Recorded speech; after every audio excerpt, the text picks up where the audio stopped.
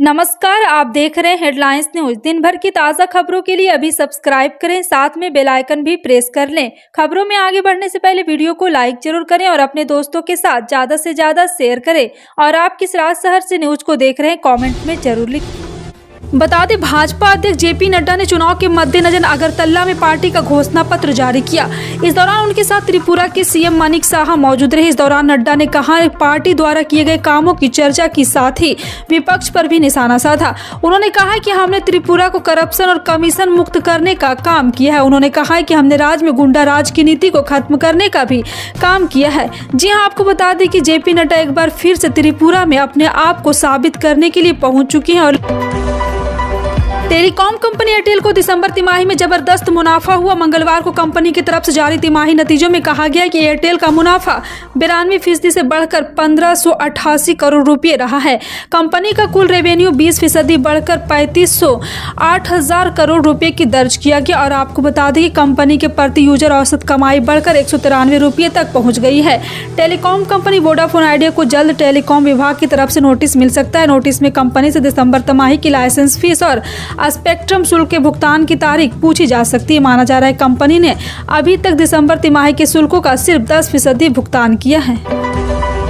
लोकसभा में पीएम मोदी के भाषण के दौरान उन्होंने जो नीली जैकेट पहन रखी थी उसकी भी खूब चर्चा हुई। जैकेट को बनाने के लिए प्लास्टिक बोतल्स को रिसाइकल किया गया था। जैकेट को बनाने के लिए प्लास्टिक के 28 बोतल्स का इस्तेमाल किया गया। इस जैकेट का मार्क्स प्राइस 2000 रुपये बताया जा रहा है। दरअसल पीएम मोदी लोकसभा में विपक्ष के सवालों का जवाब देने के लिए भाषण देने के लिए पहुंचे थे। इस दौरान उन्होंने राष्ट्रपति के अभिभाषण पर धन्यवाद भाषण देते हुए विपक्ष को जोरदार जवाब दिया है।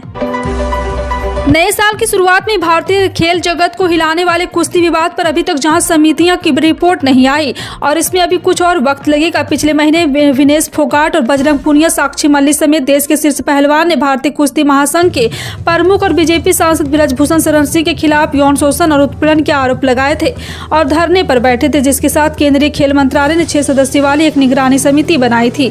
केंद्रीय खेल और युवा मामलों के मंत्री अनुराग ठाकुर ने गुरुवार 9 फरवरी को संसद में पूछे गए एक सवाल में जवाब बताया कि एक जांच समिति की रिपोर्ट अगले 4 हफ्तों में आएगी।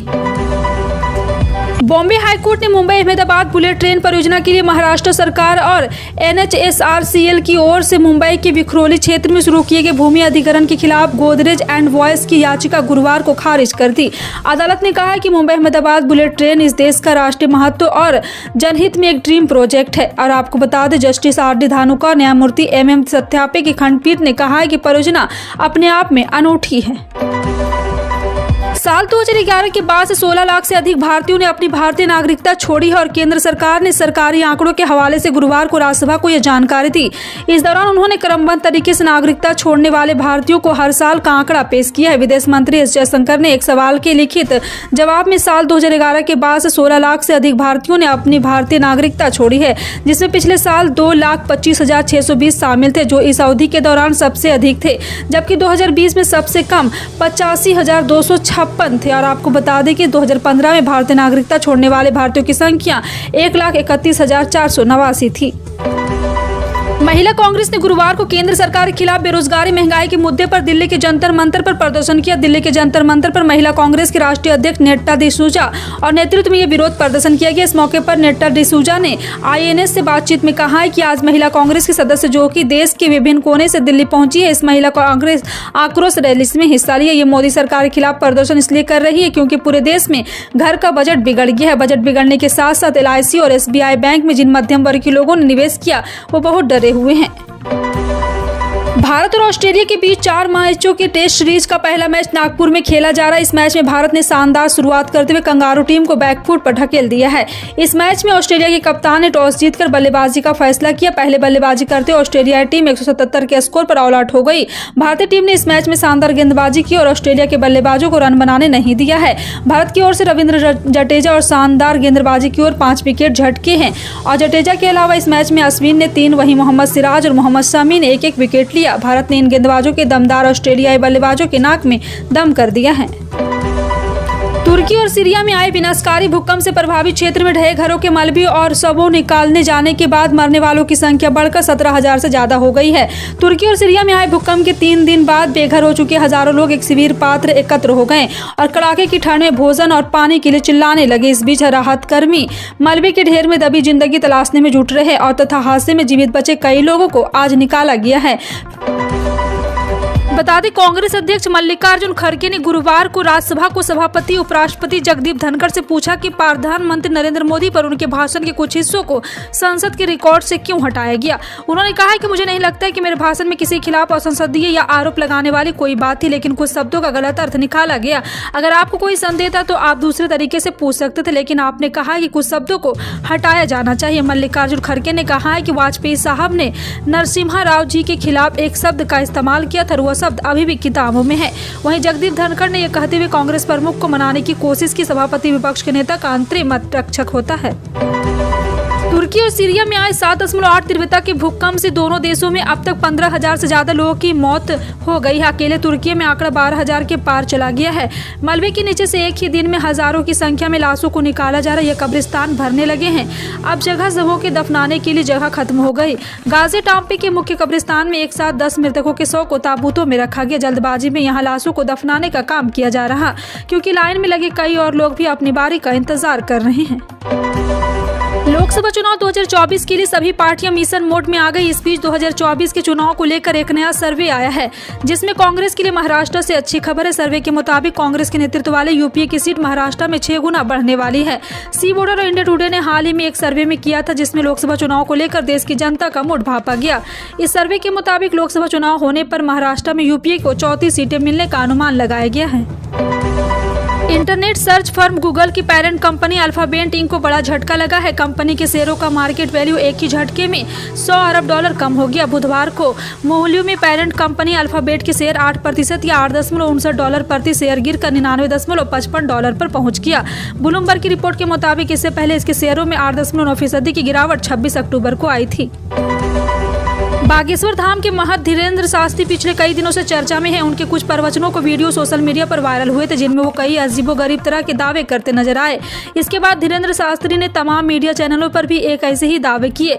इसी के बीच उन्होंने लेकर सोशल मीडिया पर कई तरह के दावे किए जा रहे हैं। ऐसा ही एक दावा भी किया जा रहा है कि प्रधानमंत्री मोदी भी धीरेन्द्र शास्त्री के भक्त थे। एक तस्वीर सोशल मीडिया पर शेयर की जा रही है, जिसमें पीएम नरेंद्र मोदी बागेश्वर धाम में नजर आ रहे हैं। सोशल मीडिया पर हो रहे दावे की अगर बात करें तो इसमें प्रधानमंत्री नरेंद्र मोदी नजर आ रहे हैं। पीएम मोदी बागेश्वर धाम के संत धीरेन्द्र शास्त्री के सामने हाथ जोड़े खड़े हैं। कई यूट्यूब चैनलों ने इस तरह के वीडियोज को अपलोड भी किया है।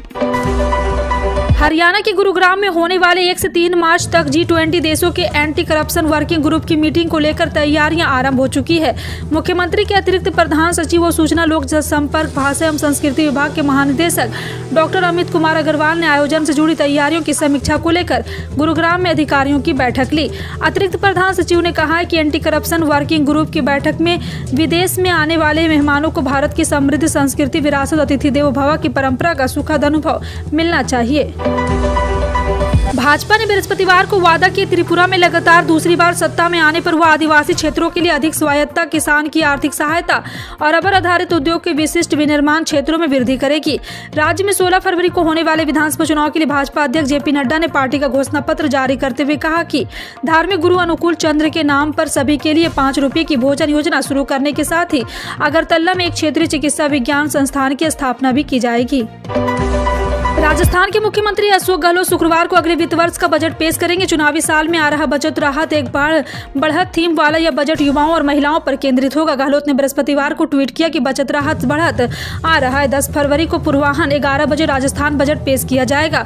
उल्लेखनीय कि गहलोत के पास वित्त विभाग भी है। उनका यह मौजूदा कार्यकाल का 5वां अंतिम बजट होगा। राज्य में इस साल के आखिर में विधानसभा चुनाव होने इससे पहले पूर्व मुख्यमंत्री वसुंधरा राजे 10 बजट पेश कर चुकी है। इस बार मुख्यमंत्री अशोक गहलोत भी पूर्व मुख्यमंत्री वसुंधरा राजे के रिकॉर्ड की बराबरी कर लेंगे।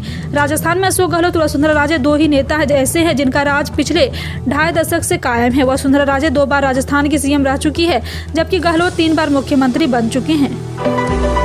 भारत भारत में एक दिन में कोरोना संक्रमण के 109 नए मामले आने के बाद देश में अभी तक संक्रमित हुए लोगों की संख्या बढ़कर 4,46,83,748 हो गई।